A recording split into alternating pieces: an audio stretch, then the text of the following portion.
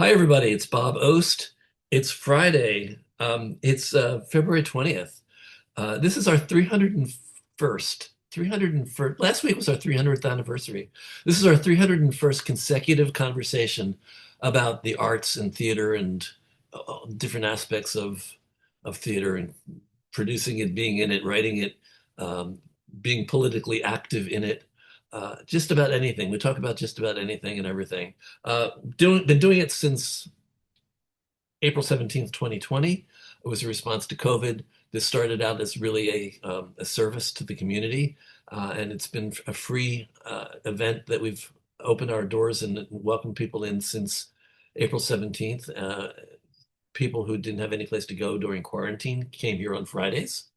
Uh, we're a little New York arts service organization. I've been saying this for like 34 years, but apparently we're not as little as we used to be because we now get people coming in from all over the country and sometimes all over the world. I haven't had as many international visitors lately as I used to. I used to get a lot of people from Australia and UK and Malaysia and Singapore and Germany and France.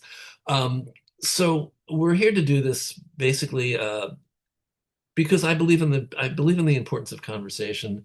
We're in a world right now where things aren't what I would have hoped they would be at this point in my life in our country, and I, I don't know how to make things change, but I do know how to talk about things, and we have conversations every week. Um, Today's conversation is really not going to be a political conversation. It's going to be something from the heart. It's going to be a conversation about remembering people when they passed away, remembering artists when they passed away, people that we know and that we've loved, uh, making their art live after they're gone. It's it's sad in some ways, but it's also kind of inspiring and just it's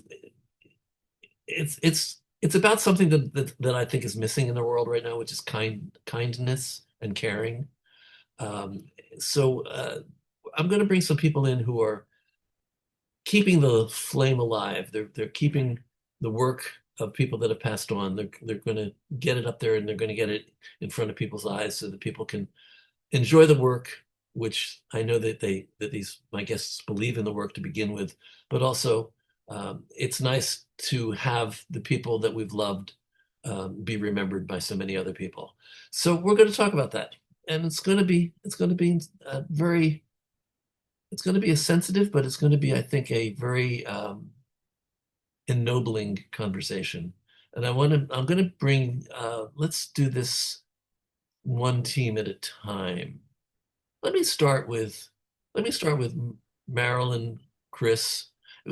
You don't use, do you use Wallace professionally? Isn't Marilyn Chris or? It is Marilyn Chris that my husband, who has since passed, I once wanted to do a big favor for him, and I did a film, and I called myself Marilyn Chris Wallace, and he said it doesn't work. Everybody remembers you either as Marilyn Chris or as Wanda Webb Wolek, which was a character that I played for 20 years on One Life to Live. So Oh, it's one life to live. Oh, well, there's so much more that we could talk about here, but we're no, gonna, I'd rather talk about Marsha Lee and yeah. your organization and my play, Jim's and my play. So That's what. I want to say that this was all started because of Jim Semmelman. Jim is a longtime friend of TRU, and he's been very supportive of the work that we've done over the years, and he's helped us out in so many different ways. And I'm Me very too. grateful. He's helped me out in many different ways. He's a generous guy. He's, he's a He lovely man. he really Yes. is. I don't know if you know, but he's Oh, right don't behind. blush. Do The you know blush. he's right behind you? Did you know that?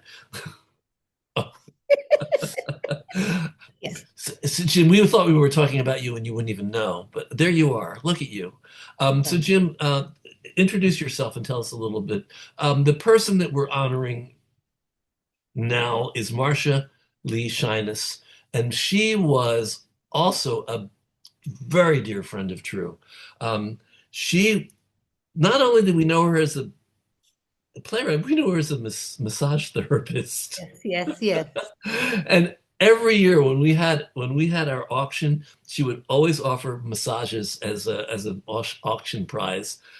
And she also submitted plays to our series. We were good friends. Marsha and TRU and I were good friends, and I'm so happy to have you on. It does my heart good just to be able to remind people that Marsha Lee Sheiness was there and was important for us. Oh, yeah, she was. She was. I knew her a very long time. She and I worked on a lot of plays. We never had the opportunity to get them on, but we did a hell of a lot of readings, and we worked with a fellow named Robert Calvin, I who was was, just about to mention you know, Robert Calvin yes, next. He yes. was one of my And partners. So oh, really? we did That I didn't workshops know. together. That I We did didn't. workshops together. Okay. And Well, he's I gone as well. We can yeah. do a whole other program on him. But he was he was a wonderful man. We worked on a play called Kaddish from the poem by Allen Ginsberg, and it was an extraordinary production. But that's done. We're moving on now with Marsha Lee and Jim and me and Nanny Doss. Oh, the story of Nanny Doss. No, I have to just Marsha say, just loved that. She I just loved I that. have to say that you, Marilyn, Yes. seem like the last person in the world I would have cast as Nanny Doss. You Oh, seem you know so about her. You know about it. Not only cast me, she wrote it for me. And when she handed it to me and I read it, I said, why do you think this is for me? Yeah, this is an interesting question. What do you do when somebody writes a play for you? It's about a serial killer. Do you say thank But you? you say thank you look at it. She and I worked on it a long time before she passed. And the point, this is again where she helped people. She was mentoring playwrights and she was helping the LGBT community and she was politically involved and she was a hell of a massage therapist. But this is a play about a lady, takes place in the late 50s, early 60s, and she had no alternatives. I'm not suggesting that she should have killed people, but she had no alternative. She was kept down. We still do that with young women in America. And it's Marsha Lee shone a light on it. And it makes me very happy to do it because some people, including reviewers, some people got it. I mean, really got the philosophical and the sociological things that she was writing with humor, with humanity. And it's really lovely. I don't want to We're, process. we're going to come back to that. We're going to come back Shoot, to that. shoot, shoot, I shoot. want Jim It's to on my say, mind I because we're want, opening again on Thursday. I want We, Jim to say hi we as can well. reprieve. So Jim, how are you? Yes, I'm great. Yes. Marilyn absolutely inhabits this character. It is kind of frightening. So I'm gonna steer us away from the play itself right now, and I just want to hear a little bit about yourselves. And we got a sense, Marilyn, of your caring for Marsha Lee, which is what I wanted to start off with. I wanted to talk about the relationships with these people that have passed away. And I also want to say, because people don't know this, that Marsha Lee passed away not that long ago. It was only 2021. Yep. One of those two. Yeah. Yeah. So, Yeah, I mean, the reason I mean, really, I'm thank it's because it's true that I'm actually sitting next to Marilyn. I mean, because I did it as a cutting from my musical Brushstrokes, and Bob Kalfin liked it, and he became a director of it, and he introduced me to Roseanne Kirk, who's our producer. And Roseanne remembered me and remembered Brushstrokes, and she called me about this project after Austin Pendleton passed on it. And I thought it was so interesting and amazing. And I gave her my thoughts and my ideas, and she introduced me to Marilyn, and they hired me, and here I am. And it's really because of TRU. well, that's good to know. Thank you. Thank you for letting me know that. I'm going to bring on team two, and then we're going to all be on camera soon. But team two is uh, Sandy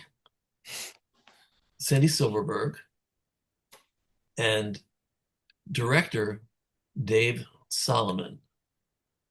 So Hello. hi, Sandy and Dave. I'm going to I'm going to put myself on because in this situation, the writer of this play was my friend first.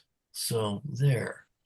Um, so this was a play by Diana Amsterdam. Diana Amsterdam, for those of you who don't know, she was a dear friend of mine and a very active member of TRU for many, many years. And when I first started having the idea of putting together a playwright workshop, Diana was the person that I co I created it with. We created something called Practical Playwright: How to Write for Commercial Production. It was definitely a playwright workshop, and it was definitely dramaturgical. And Diana definitely taught about playwriting, and she definitely talked about all the artistic aspects of it. But we also made sure that we covered what it is that producers need when you write a play. Why will they gravitate towards your piece rather than someone else's? And Diana, I also want to say, and I will just be honest about it. I came down with breast cancer in 2014, and I knew that Diana had been through breast cancer. And as far as I knew at the time, she was in remission, she was fine. And she was one of the people that guided me through my whole situation with breast cancer. And she was the one that came to the hospital after my surgery and picked me up and took me home, and wanted to make sure that everything was going to be good with me. What I didn't know was that she was still dealing with it herself. So enter Sandy Silverberg, who came into her life at that time as well. Sandy, you take it from there. Yeah. So oddly, I met Diana on an online dating site in late 2017, and found out shortly thereafter that she still was working against cancer. But we became very close, and ultimately we ended up getting married. We were married for a short time before the disease took her. But it was because of her that I even became a producer. Um, we met in late 2017. The option on her play was coming up for renewal, and she wasn't particularly happy with the producer who held the option. So I said, if he'll relinquish the option, I'll form a company and I'll produce the play. And she said, yeah, let's do that. And that brought Sanford Silver Productions into existence in 2018. And we worked very hard until her passing in November 2019 to try and get the play stood up. We didn't make it in time, but we continue to work to this day. Always things happening, and we're continuing to look to move the play forward. And Dave, talk about how you knew Diana and how you came into the project. Well, yeah, it's wild. It was a long, long time ago because I met Diana. I just looked it up while you were chatting. That's why I turned my mic off. I was like, I have to look up what year it was. It was either the end of 2013 or the beginning of 14. So we met, and it's a funny little story actually because she had written this beautiful play, um, The Dodgers, that was based on her experiences living on a commune during the Vietnam War and a hippie commune, and based on her friends and experiences, and dramatized and fictionalized, of course. But um, and I got a invite. Um, to come that they were looking for a director for this play and could we come to a reading? I was like, well, how's there a reading if there's no director? And I was like, I love that era. I'm very interested. I don't know if I want to like come to a reading where we compete for who's going to direct it, but I was like, I'd love to read it. And so I read it and loved it and met Diana at a bar and had a drink and just connected. So then we became close and I directed a reading then, and then we did a production in LA in 2000, I guess 14. You had a couple of good people in What year that. was it, Sandy? I think it was 2016. 2016. Yes, Yeah. yes, right. Right, we did a few readings and then we did LA in 2016. You can drop a few. Um, There were drop a few names you can drop who are in the reading, I who are believe. in the, oh my gosh, so many people. Well, because it's about these 20 somethings on a commune. The first reading was Alex Brightman and Molly Ranson, and Kyle Harris was in it, and Greg Hildreth. When we did LA, and then we did a reading with Billy Magnuson and Finn Wittrock, and but then when we went to LA, it was Corbin Bleu, Eric Nelson, Asher Grodman, Jared Gertner, Emma Hunton, and Tali Friedman. It was a great cast. And we did a small production at the Hudson Theater there that went very, very well. And then the plan was to bring it back to New York, and then too many stories and starts and stops. But like Sandy said, it kind of didn't happen. And then he came on board, and it kind of years had passed, and Diana and I obviously learned so much in LA and kept working together on the piece, and then it was just kind of about a new start. And like Sandy said, we did get it going again with him, and did a few more readings and development on the play, and then sadly, tragically, awfully, we lost Diana. And then there was a period of another pause. I don't know if I'm transitioning into the other Well, topic though, which was about keeping it alive yeah, after she left we're us. going to get there. I'm going to actually Yeah. bring on our other guests and myself, and here we all are. So, so that's kind of the background for everybody. Obviously, even I mean, I have personal ties to both of the playwrights who have passed away, and let's start with,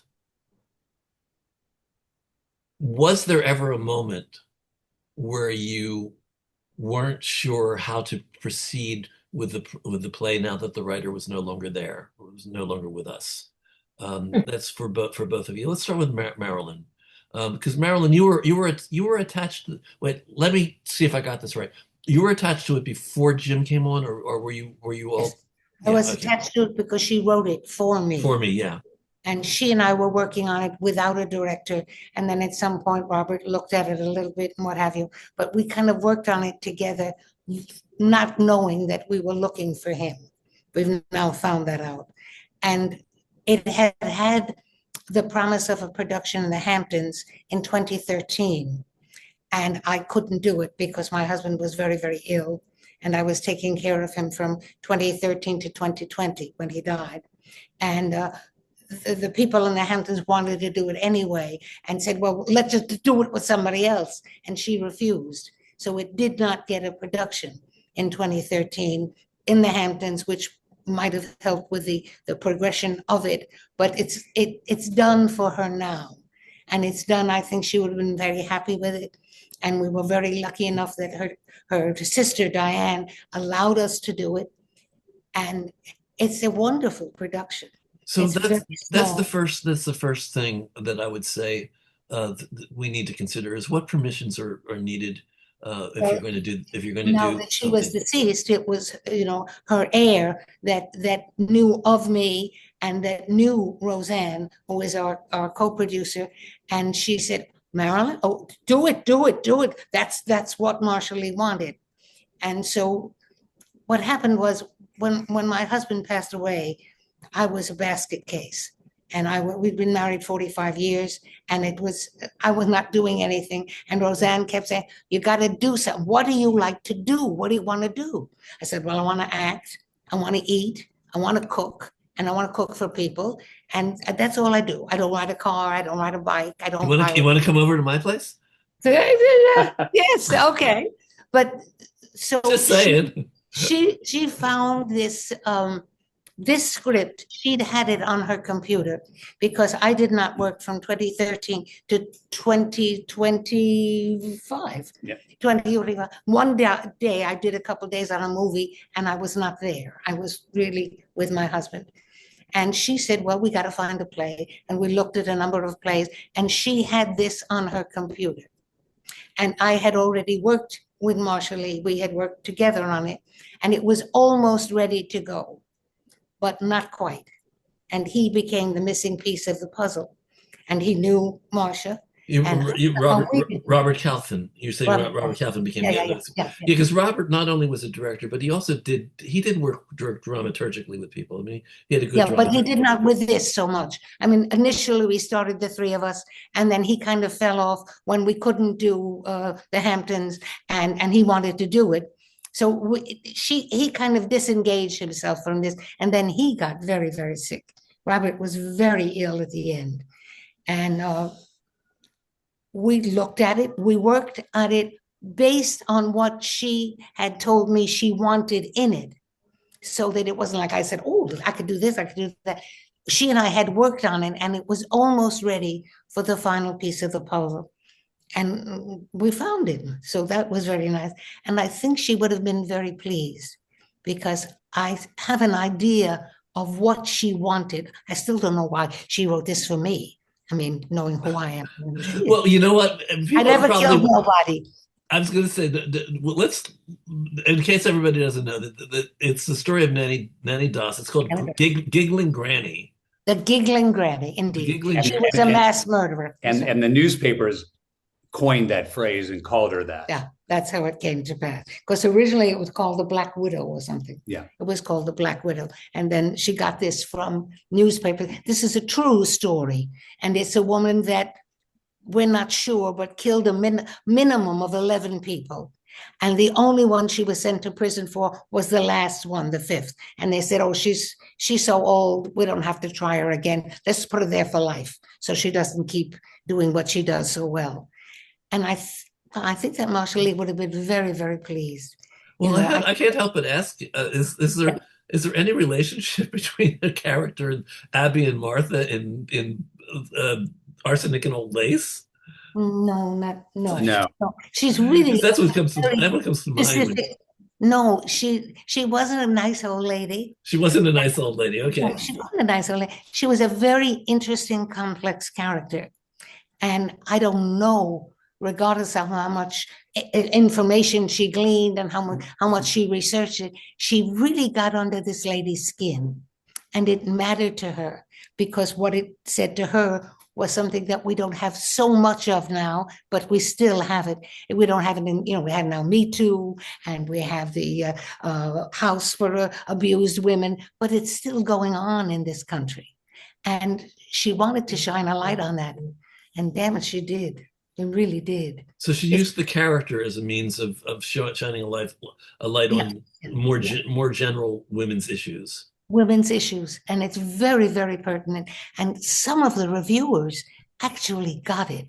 I mean, they understood what she was trying to do and how well we did it. But she understood what Marsha was trying to do psychologically and sociologically. And it's a sweet, you come to see it. It's so sweet. So Jim, let me ask you, what made you decide that you covered this earlier, but let's putting the pieces into a more logical sequence now.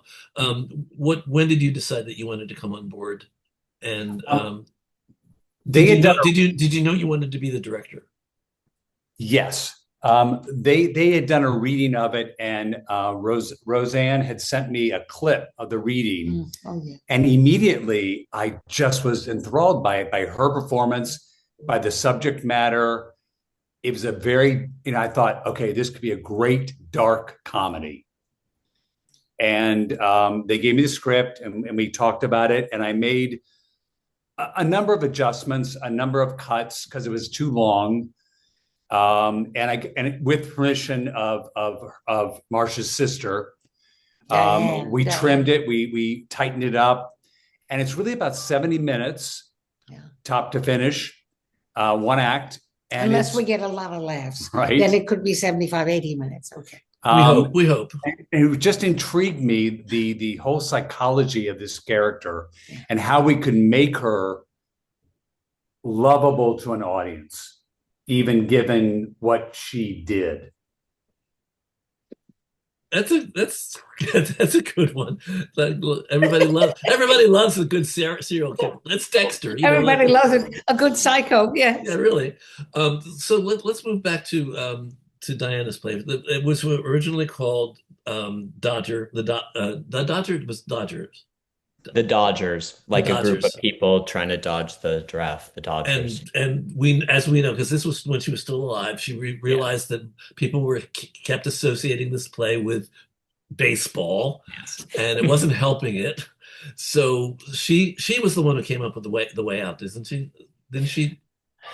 I think so, right, Sandy? It was like there was a list of titles. She kept bouncing things off me, and that's where we talked about it. It was one of the first things I said when I came on. So I thought it was about baseball, and so we kind of brainstormed. She had a list of things. Yeah. So it wasn't actually the first title we came up with. I'm not going to tell you what the other one was, but never tell me. I don't want to ever know. But the thing that's interesting is that these two test cases that we're talking about here, Giggling Granny and The Way Out. The Way Out was at a much later stage of development, you had major productions of this. You had major readings of it, and even Yeah. the production. Yeah, yeah. LA was a production, wasn't it? It was Correct. Yeah. We had one production and major developmental readings. Yeah. and I know that Diana, to her dying day, was frustrated that the show never made it over the finish line. Yeah. It kept getting close, kept getting close, kept getting close. Um, Sandy, let me ask you this. Uh, Before she passed away, did she feel that there was more work that she could do on the play? Oh, she always felt there was more work that she could do if it was going to get it over the finish line. She was very pragmatic. You know, the phrase "eat your young," she was always willing to do that, right? She was always willing to. Just for those who are observing, that refers to doing rewrites in a play. That refers to getting rid of parts of a play that you're totally in love with. Yeah. Eat your young. I mean, I'm right. I mean, that's what you're referring to, right? Yeah. Yeah, exactly, Kill your exactly. babies. Because Yeah. people watching this now, we've already talked about a serial killer. Now we're talking about somebody who's eating Yeah. her young. I don't know whether Um, people understand what this whole conversation is about at this point. It's like yeah. this I is, do want to clarify though about the rights because you brought that up and hadn't really spoken to it. This situation is uniquely different simply because um, 6 months before Diana passed, and we didn't know she was passing, but we knew that it was an inevitability. And she says, "Is there anything that you would like of mine when I go?" And I said, "Well, I don't need anything, but I would like to have the rights to your intellectual property because I'd like to be able to continue to champion your works. And I don't think that there's anybody else out there who would do that." And so she wrote it into her will that I had the exclusive rights to her intellectual property. Note that while that should be sufficient, there's actually additional steps you could take if you wanted to further set it in cement, but I don't think there's any challenges about that. It does add an interesting factor in that, in addition to the producer, now I own the intellectual property, and so I have a say so over the content. And it's a role that producers sometimes play, but certainly not as the owner of the intellectual property. So it's a consideration every time we look at opening up the script.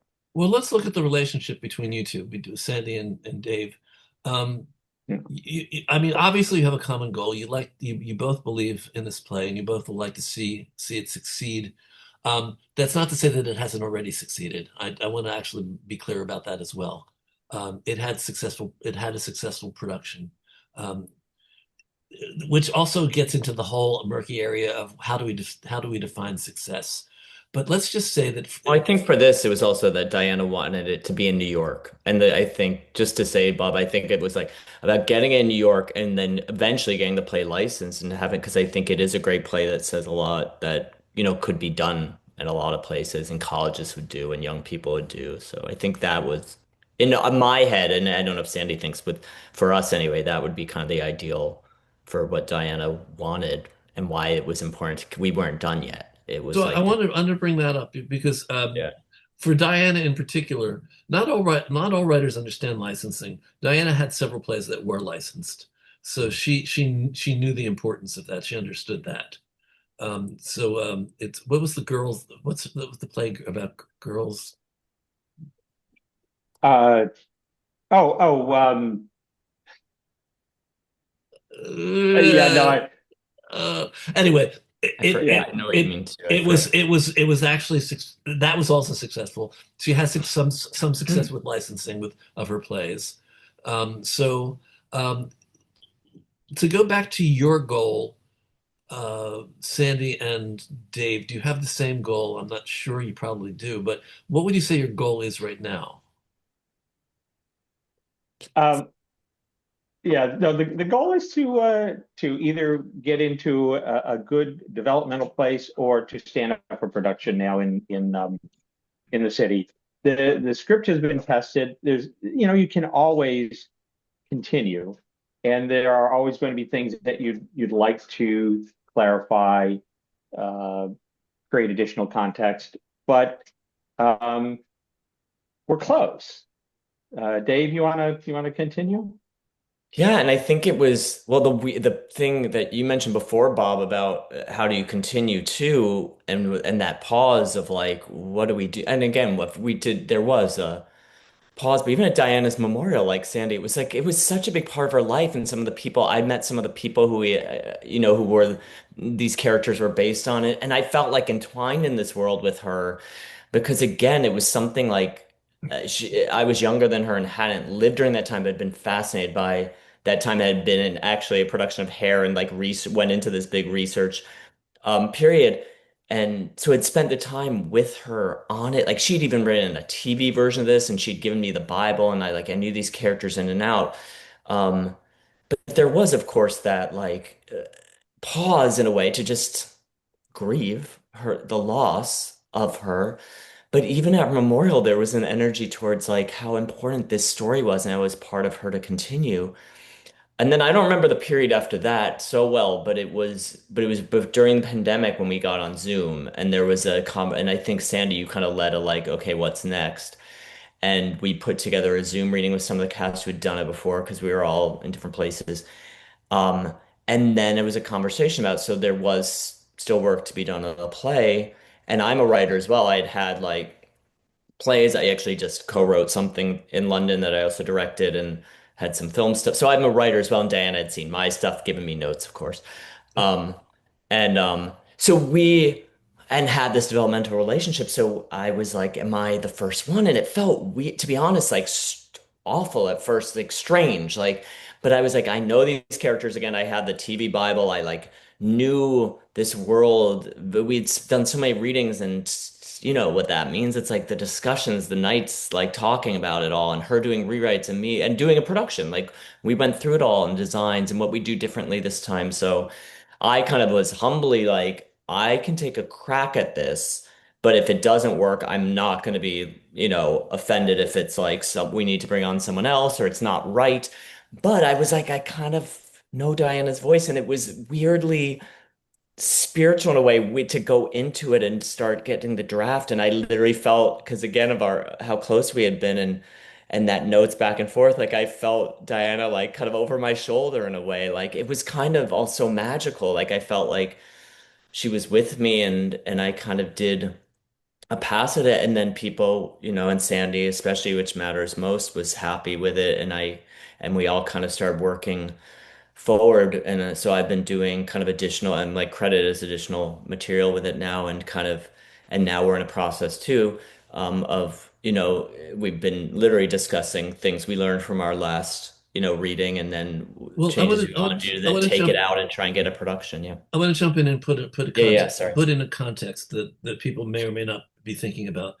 When you're a writer and you're here, um, you you can be very close to your play, and sometimes some of us are very grateful for outside eyes, for eyes that see things in a different way than we see them. So consequently, in your situation, both yours, Marilyn, and yours, Dave, and Sandy, you're in a position of, I have the script as it was written, as it was left when we lost someone we loved. Do I approach it from their perspective, or do I approach it understanding that they would be grateful for another point of view that would maybe bring it into a place that it hadn't been before? Um, how did you ever have to juggle that?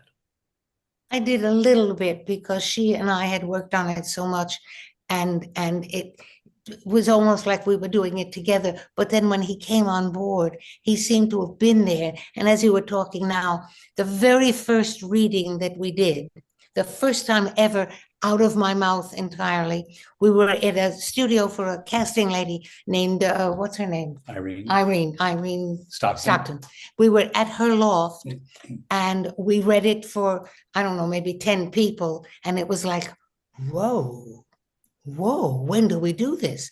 And Robert said, well, we'll find out when we do this.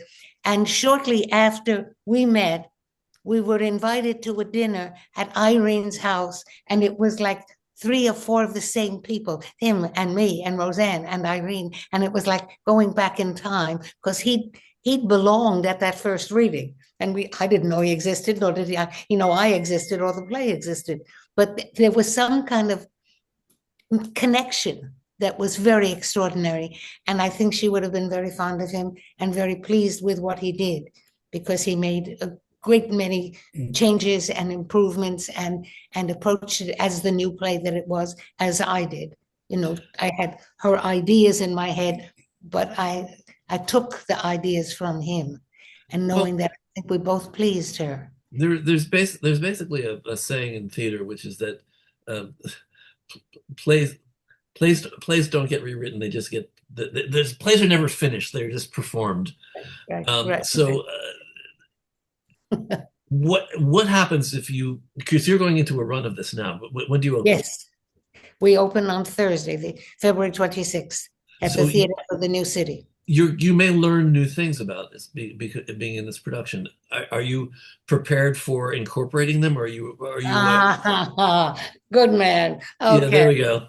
Okay, good man. Or do you want to just say that this is the piece, this is the final piece?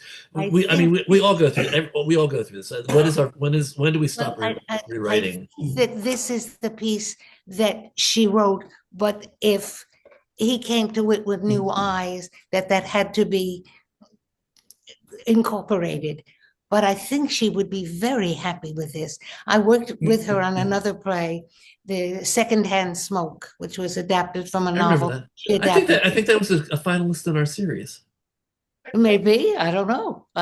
Pretty sure it was there. But it was a wonderful piece, but it never quite solved it, and it never quite got on. And part of the reason that it didn't get on was that not the playwright, but the man who wrote the novel didn't bother to tell anybody that the movie rights had already been sold. And nobody's going to produce that. Nobody is going to produce a play on Broadway with a lot of characters when the movie rights are sold. So it's unlikely, yeah. No, it just won't happen. Same question to Dave and Sandy. I know that you wanted to, in your heart, you were trying to come to it from Diana's perspective. Were you also aware of the fact that she might have been grateful for an outside eye solving a problem that she wasn't able to solve on her own? Let's put it that way. Well, like I said, she's very pragmatic. I think she was absolutely willing to not that she wasn't strong-willed. She knew what the story was, but the play is very structurally sound. So any changes that we've made, I don't think we're going to deviate much from the spirit of it. I think it's really only in details, or there are some places where the plot goes where you don't really understand what was in her head when she wrote it, and it doesn't necessarily land. There are some things that have to be tidied up, but it's structurally sound, and she would be very happy. And I'm going to make a reveal here, which people can take for however they take these things. I have a very good friend who is a prominent psychic, and she's also a theater critic and a playwright. And I've spoken to Diana through her. She's very connected to her because of the same kind of theater vibes. And so I get feedback on what we're doing. And generally speaking, it's very encouraging. So there's a third possibility, which is collaborate with the spirit of the person that's written the play. Yeah, exactly. Okay. All right, Dave, go ahead. Sorry. I was going to add to that too. I don't talk to Diana through the psychic, but like I was saying before, when I'm taking on the writing side of it as well and having that relationship with her, there are things like Sandy mentioned, it's like within the world we're working with, but they're one basically scene that I added completely but it was something we had talked about. I was like, the two women need a scene here. It's funny being the male playwright stepping into it too. I was like, I added the scene with the two women that hadn't existed, but it was something we had talked about. And there are things working through it again, and how I work as a director already and was working with Diana. Again, the different project I did in London was the script changed so much in just 3 days of table work. And what we did with the last reading of The Way Out was we kind of had a 2 week lab. So I really did table work with the actors, and Sandy was involved with some of that too, because he can speak to some of the things I can't that Diana did in terms of the period and perspective and that some of those things. And so I'm very like that as a director. We're certain pieces where it is like we're all working on this together and developing it. So then I'd go home and do new pages based on that. But there are times when I'm like, I know you won't like this, Diana, but let me try it. Because that's what we do in rehearsal. And I knew, and there are times when it's like that becomes a part of you too as a director. It already was there as a director, but now as a writer too, I'm like, when I'm seeing something work or not work, I'm like, if even if I like it, I'm like, oh, Diana probably wouldn't like that. And I think one of the best compliments too from that lab was Elaine, who was Diana's agent, was like, you really couldn't tell where Diana left off and Dave started. And that was something that was very meaningful to me because, of course, I'm honoring her. My voice as a writer is very different than Diana's, but was kind of getting inside her voice, but still, like you're saying, you know, hitting some of these things that still needed work or weren't landing the way Sandy said. So it's an interesting, different process. But again, my process is very much with this play had been like that with Diana at the table too. So it was almost like carrying that on. Well, you mentioned a very important thing, which is basically bring your the male perspective for a play that was written by a female writer. Yeah. Yeah, and you as well. He's dealing with one woman and a woman writer and a woman co-producer. Yeah. It's also, yeah, that's very interesting. That's dangerous territory, guys. No, I don't think so. If it's the right people, I don't think so. Okay. I And agree. yeah, Yeah, I yeah, agree. And I yeah. did make sure, like when we did this lab, I had an assistant director who was female and a dramaturg as well, like to speak to some because again, it does deal with issues in 1969 and the sexism, feminism, the things that were happening that happened in the play for Bob, who knows the piece, and others. There are some issues there that are, yeah, female centric that we did have people on the team and those actors. Again, I had Gus Burney and um, Elizabeth Teeter in it who were just wonderful. And it was like conversations and that could write from. So those female voices are very much, again, in the room and in the process. As a playwright, I got to jump in on this one because I have like I've written a bunch of plays, but one of my plays is an eight character play because I was an idiot when I was young. But it's I have this Well, eight you're character still. play. I'm still an idiot. Well, it's good to know. All right, consistent at least. Um, every time I've seen a reading of it with a different cast, it a different thing rose to the top. A different plot rose to the top. I mean, it's an ensemble piece, but it's amazing how strong an effect actors have on any play. The same play read by two different casts is really can be two completely different plays. So Well, I'm sorry. no, no, no. No, So consequently, Dave, for you worked it with three different ensembles, three different acting up. I counted three. I may have missed one, There but are I think. more. I mean, There are including more. all the readings we've had, and some people carried over and some, but there have been a number of them. Yeah. How do you know as a director? This is a tangential question, but how do you know as a director when it's the performance and when it's the play? That's hard to answer specifically, but you do kind of. Yeah, And I you think as a do. director, yeah, you get to, and especially like when it's a shorter one, it's somewhat harder, but you know. And then when you're doing something like we did or the production in LA, there were, you know what someone's limitations are, where you can take it further with someone if it is someone else or not. That sounded awful, like I'm going to replace them. But that's the thing that's been interesting too with doing this with different people to see what people bring to it. And you do kind of know, like, oh, that works, but they aren't able to nail that laugh the way they did. And you might even then change it for that version. It's like, well, that got a laugh in LA, but this is a different version of that character. So Yeah, what is that? I think you really trust your gut, and when something doesn't feel right or doesn't land right, you know inside. Yeah. Yeah. I, I think it's interesting. There was one cast member who was in all the readings up until the latest one, and we said, how will we ever replace that actor? Yeah. And we did, and the actor that replaced her was fabulous, just Yeah. fabulous. we got Just to another look say, at it. she wasn't able to do it. It wasn't like we knocked her and out. Yeah. Are you aware of the script? Had you seen Marsha's script? The Nanny Doss Yeah, script. yeah, yeah. No, I wasn't. I didn't even realize when I first saw Giggling Granny sort of creeping up into the into the zeitgeist. I didn't realize that it was Marsha. And then all of a sudden I read by Marsha Lee Sheiness. I went, oh my God, how did I not know this? No, I didn't know the play. Well, because in terms of when you get other actors doing it or whatever, nobody else had ever read this. No other actor had ever read this. And then when I was unable to do it in the Hampton, Marsha said, no, then you can't do it if she can't do it. And Robert said, oh, no, I'm going to get somebody else and I'm going to do it.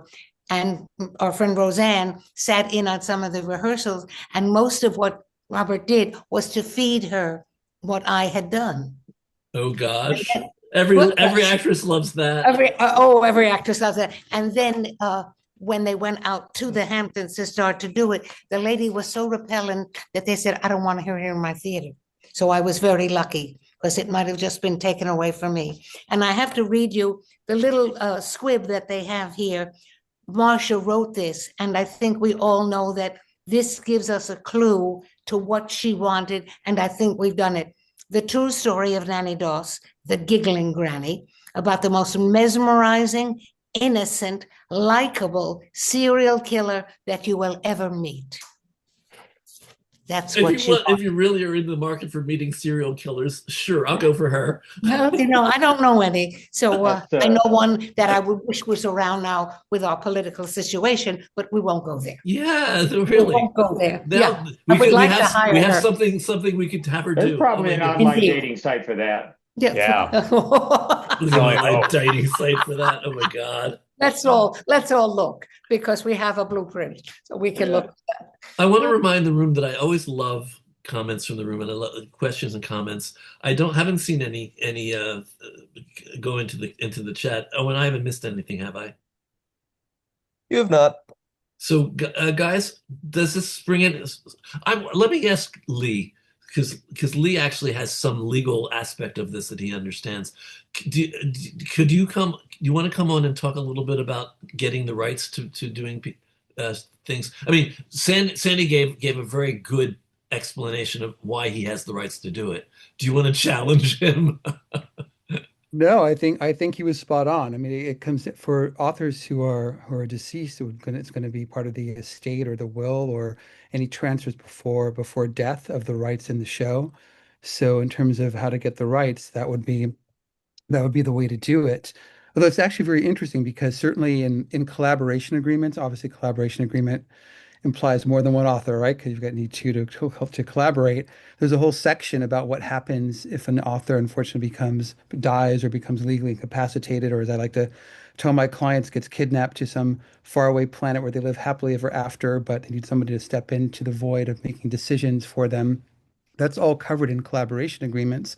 Although in this whole conversation, in the back of my mind, I was thinking to myself, I don't remember seeing any provisions in option agreements with authors, particularly if there's only one author, that says what happens if the author can no longer make any decisions. So one thing I'm going to do is look through a whole bunch of different option agreements to see if I'm just forgetting something or not. I don't know if I've answered your question, Bob, in terms of getting the rights, but unless you wanted me to talk about how do you get rights in general. No, we don't. That'll be a whole other community gathering. Okay. But Marilyn Anderson says, I was interested in knowing how to find someone to leave your IP rights to, making sure there is someone who will carry on with your work. Any thoughts about that? I mean, I guess most of us haven't even thought about it. I just hope somebody knows that I was here and wants to sing a song or do a play of mine. And I'm thinking more and more about that these days. Have you made provision in your will? No, I haven't. I guess it has to be another provision in my will. Oh boy. I keep thinking. Well, Marsha did know that she did leave the permission to her sister, and she left it very open because she's not in the theater at all and didn't know if anybody would want to do her plays. And if they did, they would have to come to her and she would have to agree to it. Does the room have any questions for my guests or for Lee about this whole issue because We have a question from Marilyn Anderson asking, she's interested in knowing how to find someone to leave your IP rights to, make sure there is someone who will carry on with your work. we just answered that. That's what we were just answering. That's what we were saying. So, well, let's just continue. Lee, I'm going to take you off so we don't get into the legal weeds. And let's see. Just the weeds. Just the weeds, yeah. So back to productions. So you guys, Marilyn and Jim, you actually are where I think Sandy and Dave would like to be, which is you've got a production up and An opportunity to do it again. We Yeah. did it there last year, and it was a big hit, and they sold out and everything else. And she couldn't book it any earlier because she has 4 theaters there, and it must constantly be working. This She is can't Theater for extend the it. New City. Yeah. How She did you has- get it there? Which one of you brought it to them? I was there seeing the play, thinking of what we should do, what have you. And I'm an old buddy of Crystal Field. And I said, do you ever do one-person plays here? She said, no, we don't. It's community oriented, and we want to use as many people as we can. I said, oh, okay. Why? What do you think? I said, well, I have a one-person. When do you want to do it? When do you want to do it? And she booked it. So that was kind of nice. Well, This is Crystal Field, she's the executive director of Theater for the New City. Sandy, how many? Dave or Sandy, how many characters in The Way Out? 6. 6. What would you like to see happen next with it? I know that you've been working very hard on having something happen. I know you did a reading of it that I went to see. That was at that theaters. November 24. Yeah. What was it? It was the ART Theater. ART, yeah, ART theaters. What was the next step that you came up with after that reading? Well, I think now we're aiming for either a reputable workshop where we can continue to evolve the play a little bit, and also looking at regional theater possibilities that have some sort of affinity to the play and the message. When we get through that, then hopefully bring it back for a run here in the city. Dave, is that consistent with your thoughts, Dave? Yeah, I was going to say, Dave, is that consistent with your thoughts? Yeah. No. No. Yes. Yeah. No, that's basically it. What is your attachment to the piece at this point, Dave? Are you contractually attached to it? Since we had I'm now going in a legal direction because we had a lawyer on. I am, right, Sandy? Yeah, you are. I think I do have an agreement, yeah. But I think there's so much, again, love for it too. It's like I've never felt like, in that way that like, oh, I have a right to this, It's such a, in love for Diana and Sandy, and I have such a nice relationship now. And it's, yeah, that I literally forget I have a contract because it's really just about how are we making this, the best thing it can be and getting it to have the life it always deserved to and that she deserves it to. So you may have said this, but my mind was wandering for a second. So you did this reading. When was the reading, Sandy? November 24. November of 2024. So yeah. What is it that you're trying to achieve what is keeping you from having a next step right now? Well, as with every play, you have to get it funded so that you can stand it up. And once a play's been out there a while, something has to change if you want to readdress people who said no before. And two, if there's a reason why you haven't got it funded, you look for things that may make sense so that it appeals. What have we missed? Is there something that we missed? And so it's a never-ending conundrum, right? I don't, the saying about it's done, you just present it.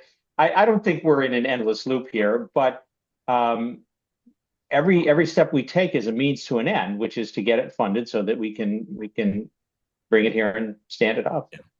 And I think, and I don't think I'm speaking out of turn to say, it's like we have theaters interested and we had a strong opportunity that we just didn't have the money for at that space, at that stage. And again, I think so it's doing two things at once, addressing things we learned from that reading, I always like, have people there getting all the feedback and discussions and that we're having now and doing some rewrites on it. So like Sandy said, bring it to some of the regionals as well and then find the path forward. But we have had interest in doing it where we just, need and it's funny because it's a small play, but in a way it's having that, and because of some specific characters in terms of covers and the design, it's like, it's not a musical, but it does, I say that, and it does have music in it as well, which we've added into. So it's not an easy, like, oh, we can put this up really cheaply. There are some things that it requires that's not a shoestring budget.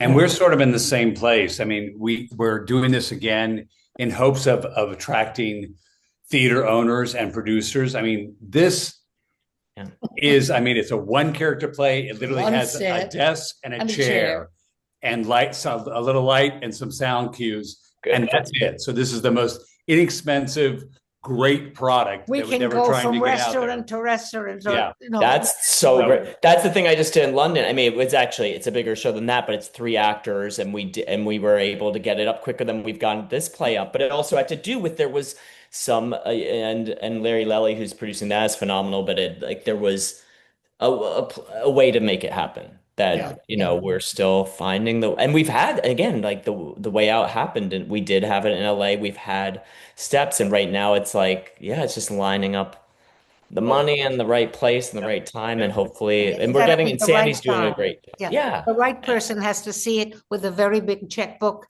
and a very big heart, and they have to see it. I think it's the same problem. We're a little cheaper than yours because I really work cheap because I really love her, but it's the same principle. Yeah. And that's the thing. I think it's, sorry, Sandy, go ahead. I do want to add one other thing, and this is not an excuse, but I had to start a production company to do this, which means I had to learn the whole process, and I wasn't a part of the New York theater scene. So I have spent the last 6 and 7 years building relationships. As you know, I'm TRU board chair, and that has helped me meet people. But that process has to work before you have a network that can actually help you put this together. Didn't I send you a partner? You sent me a very good contact. Absolutely. Yeah, I'm hoping that this does that for us. That's what I'm hoping, because I don't know how to do this. I've always, up until now, I have been the talent. Just hot. She auditions and she gets a job and she's wonderful, but that's a talent. And I'm suddenly realizing all the other things that you all do. And it's like, whoa. Yeah. Whoa. And I do know how to do this now, by the way. I think Dave can attest to that. Sandy's doing a great job, but that's exactly part of it too. And I think it's actually a testament to all of us, rather than being like, well, we're still working on the play. It's like we had a production in LA, and again, we can keep doing work on the play and make the play stronger, and we keep learning things. And again, like I said, like my process is like, let's keep exploring, investigating. But part of it is someone writing a check. And again, and I've been, for those or Bob who know me, it's like I've been an associate director on a ton of Broadway shows, and right now I'm working on some of the Warner Brothers, and it's like, I'm an associate on, that's like, where do you want to go? Let's go. And it's like a different world. And that's why it's called show business. Yeah. So it is. So I think it's like and I'm so excited. I wish I'm actually out of New York till the end of March, or I would come see you, but I'm excited. They made a tape. Please. We have a promotional tape of it. Oh, I would love to see it. Yeah. But I'm excited for all of you. And I think, like what you said, Marilyn, it's like the time and the place, and hopefully the right thing and the right path will happen. And all of that. Absolutely. Absolutely. And you can't be disappointed and you can't be angry. You just keep working and keep going forward. And if they don't let you do it here, you do it there. And if you can't do it there, maybe we'll start doing stuff in my living room. I don't know. But that's the magic. And in a way, like that's the story, like when John Cameron Mitchell, Hedwig and the Angry Inch, like the Jane Street Theater, they were like, where can we do this? And it was like falling apart, and something like that happens, and it becomes a landmark, and it's just the timing. Just the timing, and you keep working on it. I mean, he was here an hour to put on the tape thing, and we worked on a little piece of something that I kept saying, what do you think? Yeah. Oh, okay. And Well, that's the only wonderful thing about this part of the process is that Yeah. you have that's the only thing I can think of.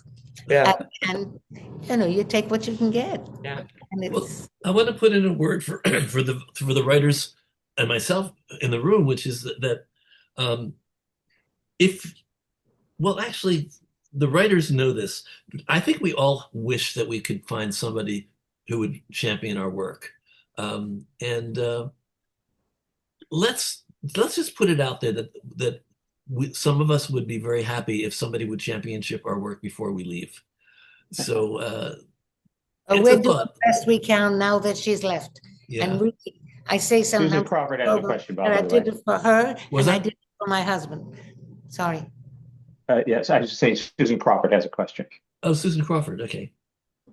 Yes, I raised my hand earlier, but we moved on, but Dave said he has to leave.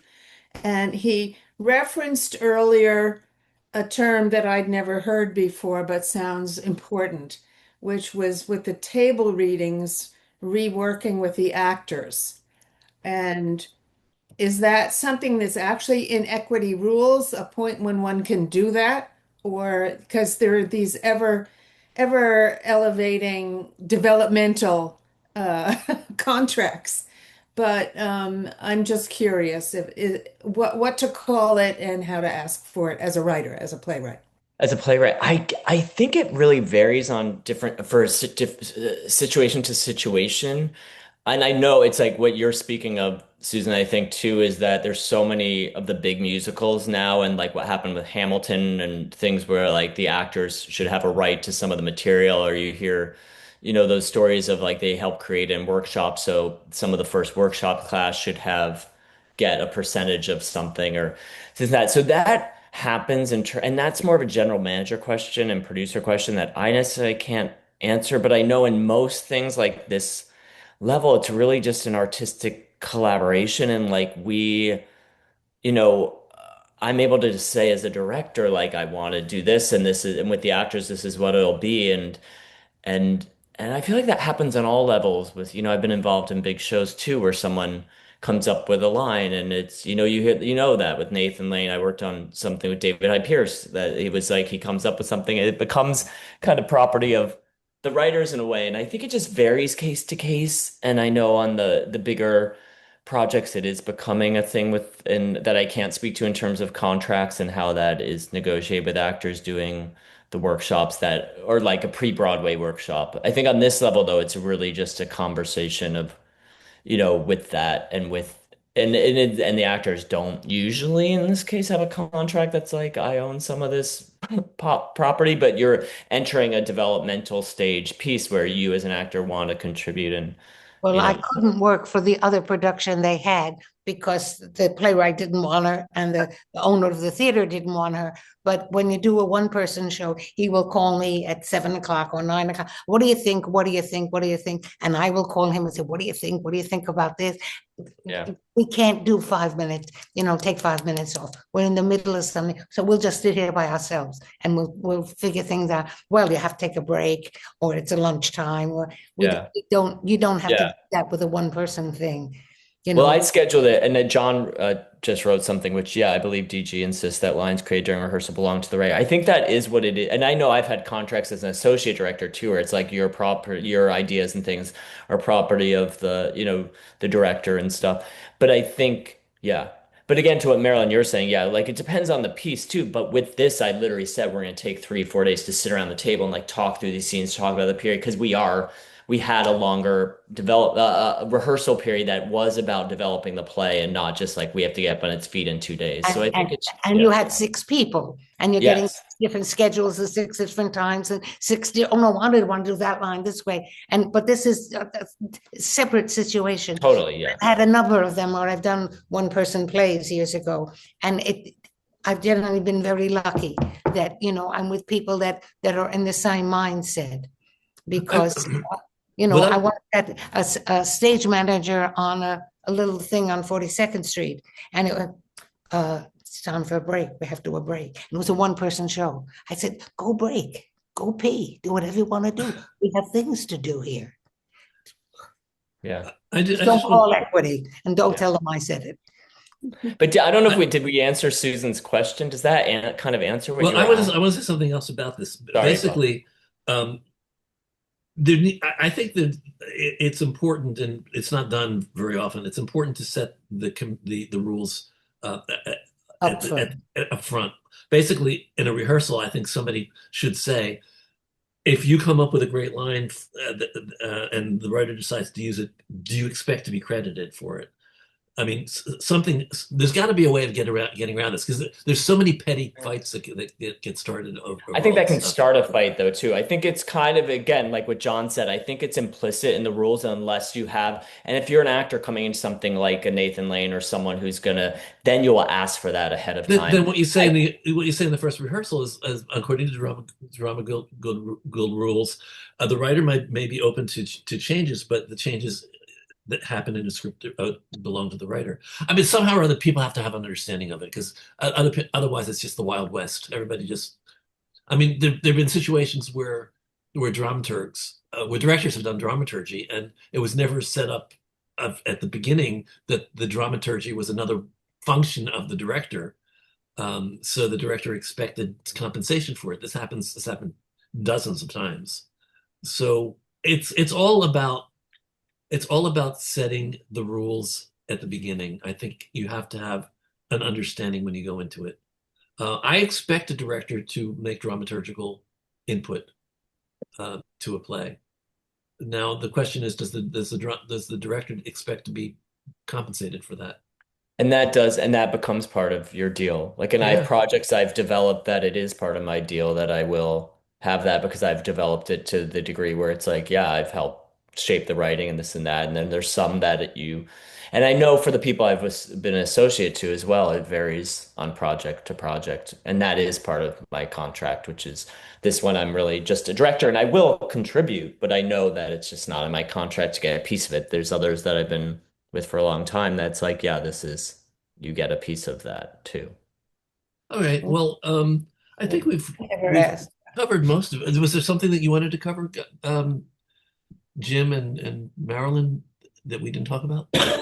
No. Excuse me. No. We're just hoping that people will come and people will like it, and somebody will say, "Oh," and then we can go forward, because we don't know what else to do at this point. You know, we've got 3 weeks. Come. That's a whole conversation about preparing for the next step is something we've talked about. We'll talk about that another time. I want to thank you guys for coming on. Thank you. It was sensitive area. You navigated it bravely, and I hope everybody found it interesting. I want to thank the people in the room who are here and joining us every week. I'm going to actually go. I'm going to remove spotlights, and I'm going to say goodbye to my YouTube audience. Spotlight number 3, you are going to be saying goodbye. So, YouTube audience, I'm astonished that we have 10,700 subscribers. No, 13,700 subscribers in YouTube, and I'm astonished that some of these conversations get 46,000 or 311,000. We went viral 7 or 8 weeks ago. Views. So I hope that you enjoy this or enjoyed conversations about theater and about the arts. I hope that you'll be with us in weeks to come. We do this as a community service. We have been doing it since, like I said earlier, April 17th, 2020. So you can come for free. Everybody is welcome to come for free. We're a community, and I welcome my community, whether you can pay or not. However, we do have bills to pay. So if you want to pay $12 or give a donation or something when you come to these things, that'd be great. If you want to join TRU as a member, right now it's $95 a year for a individual membership for a year. It's going up to 105 as soon as my tech person tells me he can make the change on our website. I'm waiting for that. So become a member. And if you want to donate to us, you can go to TRUDonate, TRUDonate.com. That's TRUDonate.com. Anything you give us will be really, really welcome. I don't think I ever said what we are. We're a small not-for-profit arts organization that basically supports and nurtures people in the business aspects of theater. We have a particular interest in producers, and we also know that there are a lot of people out there called self-producing artists who decide to make their own opportunities, and we're very supportive of that. Thank you for being with us. I hope you'll come with us in the weeks to come. Go to our website, truonline.org, truonline.org, and you'll see what's coming up in the next couple of weeks. Next week, we're going to actually be talking about immersive theater. There's a whole conversation about that that's going to happen. And I think 2 weeks from now, I'm having a guest from an alternative performance space outside of Manhattan. We're going to talk about alternative spaces as well. Something different every week. I don't know, just keep doing it and doing it and doing it. And I'm here for you, and I hope that you'll be there for us and be part of us and be part of the community. And that's it. Thank you.